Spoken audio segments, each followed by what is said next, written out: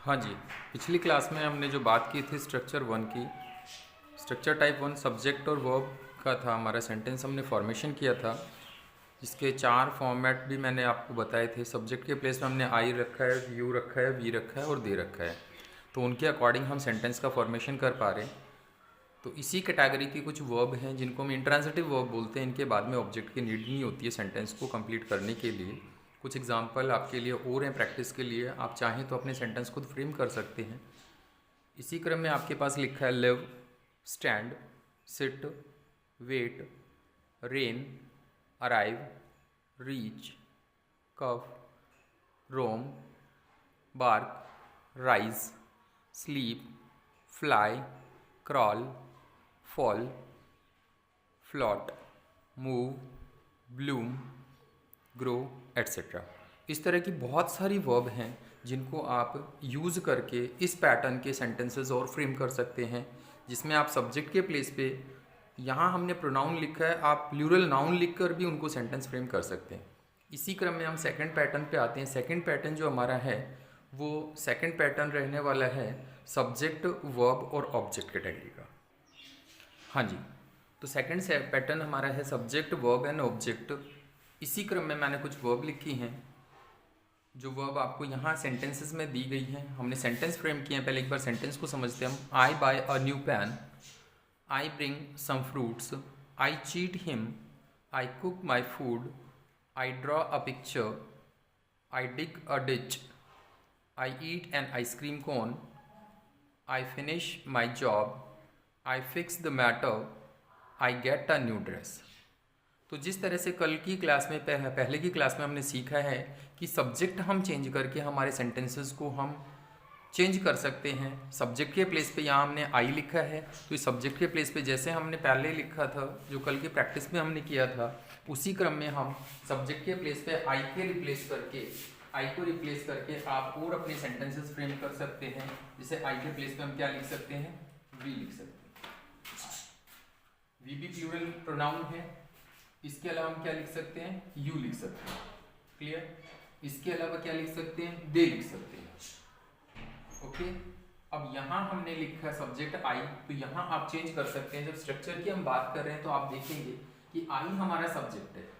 इन सारे सेंटेंसेस में आई जो लिखा है वो किसके प्लेस पे है, सब्जेक्ट के प्लेस पे। सेकंड थिंग है वर्ब। वर्ब की बात कर रहे हैं तो वर्ब हमारे पास यहाँ लिखा buy, bring, cheat, cook, draw, dig, eat, finish, fix and get. अब जब वर्ब को नीड होगी अपनी मीनिंग कंप्लीट करने के लिए ऑब्जेक्ट की, तो उस सेंटेंस में हम किसको लिखेंगे, ऑब्जेक्ट को।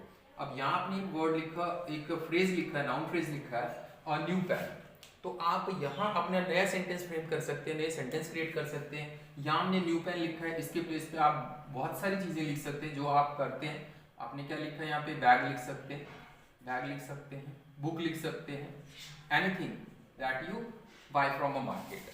कि मार्केट से जो चीज आप खरीद रहे हो उस चीज को आप यहाँ पे मेंशन कर सकते हैं। ओके, इसी तरह से ब्रिंग। अब बाय और ब्रिंग में क्या डिफरेंस है, बाय का मतलब खरीदना, लेकिन ब्रिंग का मतलब लेकर आना उसको।